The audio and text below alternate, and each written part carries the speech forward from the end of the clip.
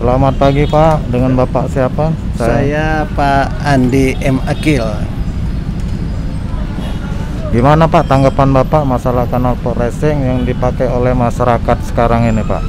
Kalau knalpot racing yang dipakai oleh masyarakat untuk sekarang ini, bahkan dari dulu saya perhatikan, itu sangat mengganggu sekali.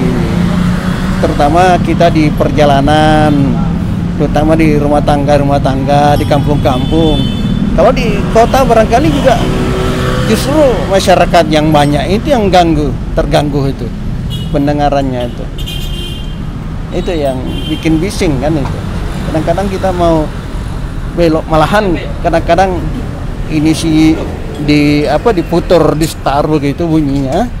Akhirnya yang lain juga susah, terganggu. Kita juga mau kadang-kadang mobil juga kadang terganggu juga. Jadi masalah ketertiban saya kira yang masalah racing yang dimodifikasi apa segala itu kami tak setuju lah, sangat tidak setuju. Nah itu mengganggu ketertiban malahan. Itu saya kira itu.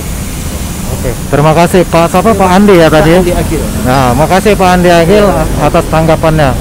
Assalamualaikum warahmatullahi wabarakatuh.